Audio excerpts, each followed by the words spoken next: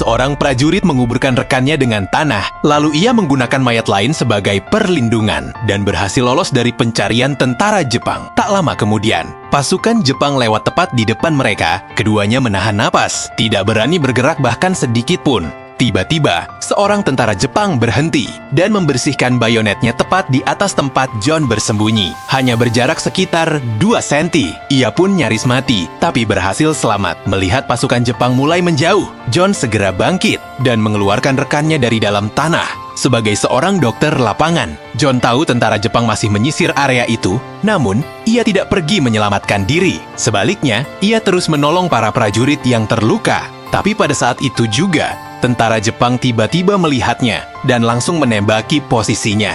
Dalam keputusasaan, John bersembunyi di sebuah terowongan. Tak lama kemudian, tentara Jepang melempar granat. Namun untungnya ia berhasil berlindung tepat waktu. Dan sekali lagi lolos dari kematian, hal yang tidak pernah ia duga. Ternyata bagian dalam terowongan itu sudah dikuasai tentara Jepang.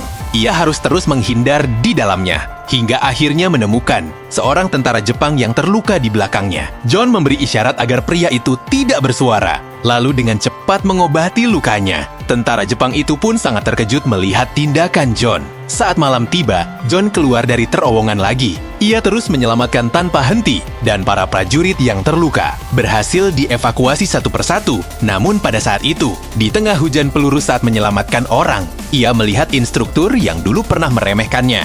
Saat tentara Jepang semakin mendekat, John mengambil sebuah senapan, tapi tidak menembak. Sebaliknya, ia membungkus laras senapan dengan kain dan bersiap menolong sang instruktur keluar dari neraka itu.